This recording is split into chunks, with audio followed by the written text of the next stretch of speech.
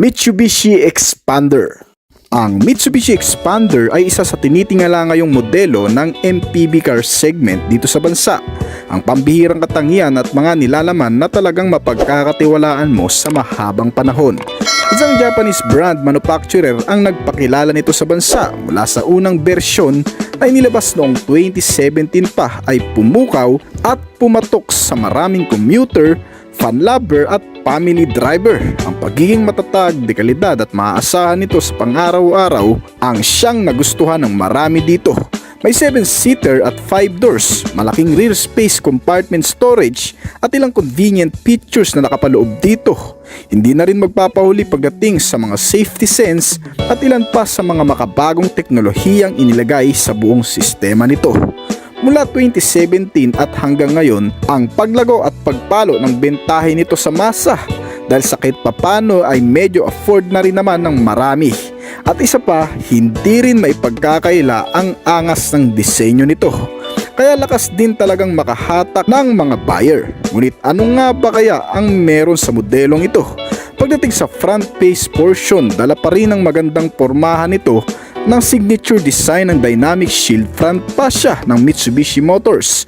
Sinamahan ng makabagong design ng LED type T-shape na headlamps nito, pati ang clearance light at daytime running light sa itaas na sobrang nipis ay ang angas talaga. Samahan pa yan ng mga front bumper grille and chrome C accent kaya tuloy bumagay at mas naging elegante ang datingan nito.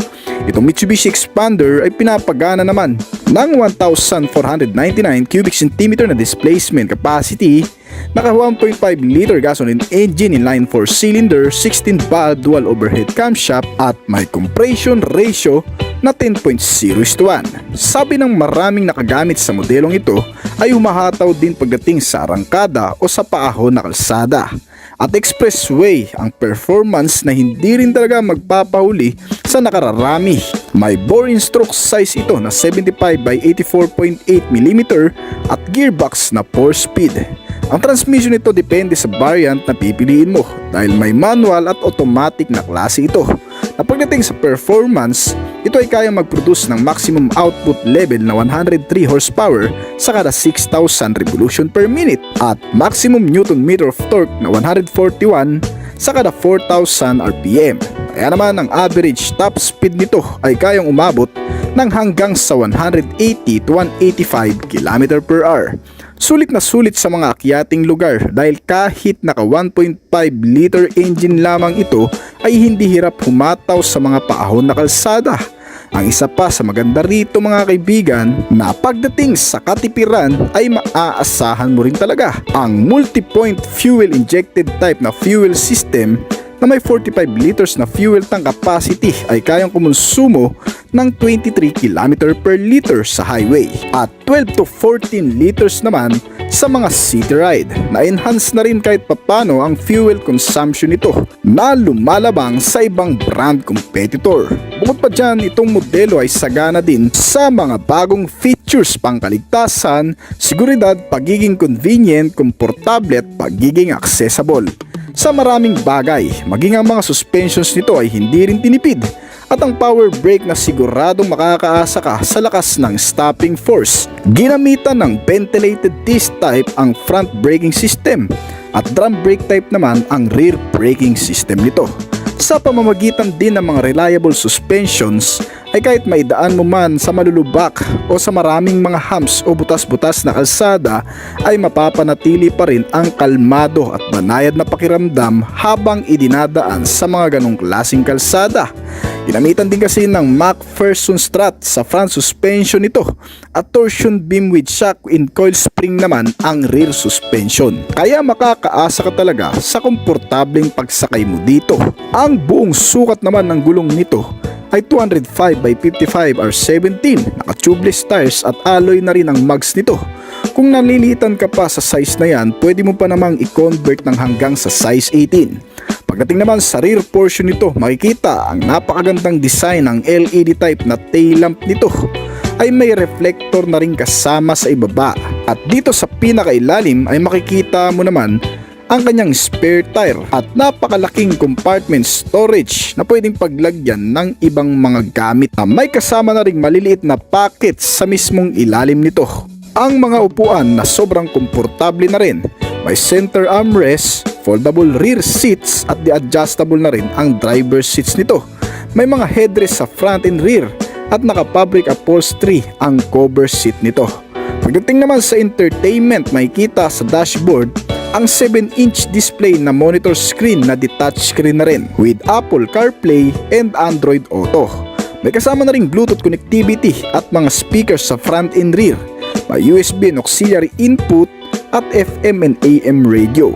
Kaya talagang hindi ka rin mababagot sa napakahabang biyahe o aantukin man. Meron na rin itong mga navigation system at integrated 2D in audio.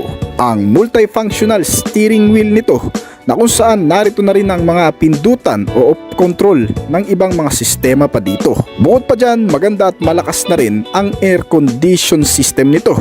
Samahan pa yan ng aircon ventilator sa rear portion ay sobrang lamig na niyan kahit papano, kahit puno pa ang pasahero sa loob nitong sasakyan. At dito naman sa instrument panel, napakalinaw at sobrang informative, hindi na mahihirapan ang magmamaneho nito sa mga notification at indicator at mga sign na lumalabas dito gaya ng fuel warning light, digital odometer, electronic multi-trip meter, digital clock, tachometer at door ajar warning. Sobrang user-friendly. At para naman sa mga safety features nito mga kaibigan, ito ang magpapaganda sa isang sasakyan dahil dito ay mas nagiging kampante ka sa araw-araw na pagsakay. Nilagyan ito ng ABS o anti-lock braking system, isang sistema na nag-a-unlock sa mahigpit na kapit ng brake kapag biglaan mo itong nagamit sa hindi naasang pagkakataon.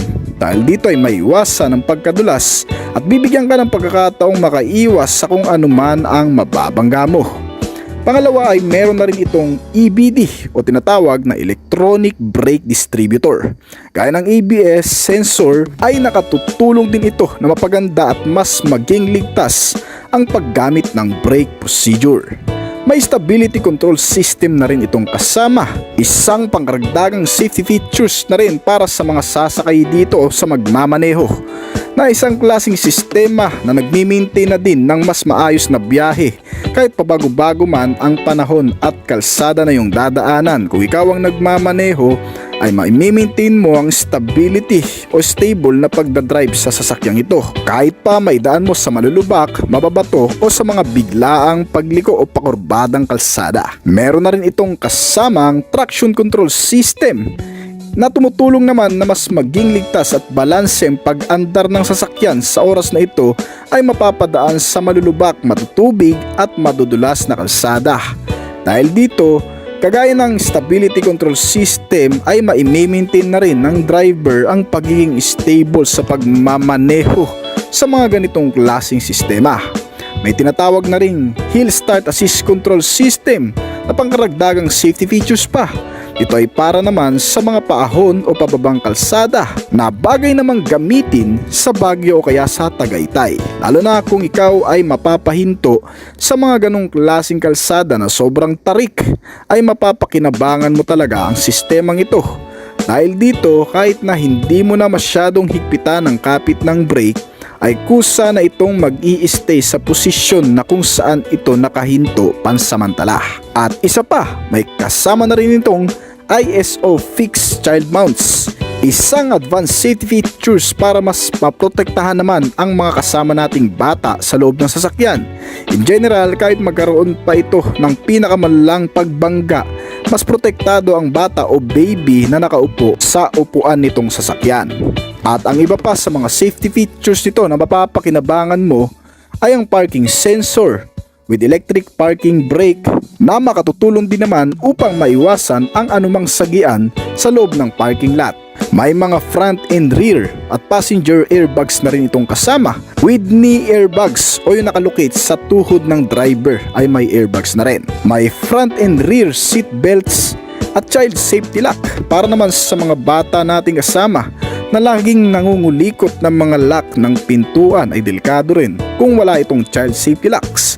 Meron na ring seatbelt warning para sa mga kasama nating nakakalimutang mag-seatbelt ay iwa-warning ang driver sa dashboard na may hindi gumagamit nito. Meron na ring crash sensor, front and side impact beams at engine check warning para mas mapaalalahanan tayo ng maaga kung nagkakaroon nga ba ng malfunction itong makina o may tendensing huminto sa kalsada.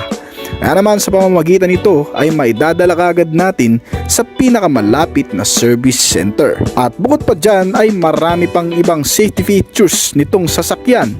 Pero ang pinakamalaga sa lahat para sa kaligtasan ng lahat ay ang pagiging alerto o pag-iingat na rin sa pagmamaneho. Alright. At para naman sa security features, syempre hindi makukumpleto yan kung wala ito.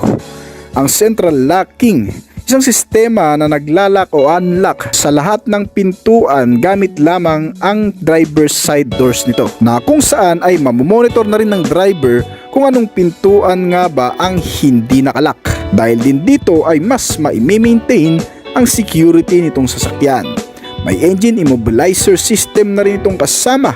At itong Mitsubishi Expander 2023 model ay may 4 na klaseng variant na pwede mong pagpilian. Mula sa pinaka low end nito, ang 1.5 GLX manual transmission na nagkakahalaga ng 1,068,000 pesos. At ang sumunod naman dito ay ang 1.5 GLX automatic transmission na may kabuuang presyo naman na 1,128,000 pesos. At ang top variant nito ay ang 1.5 GLS automatic transmission na nagkakahalaga naman ng 1,198,000 pesos.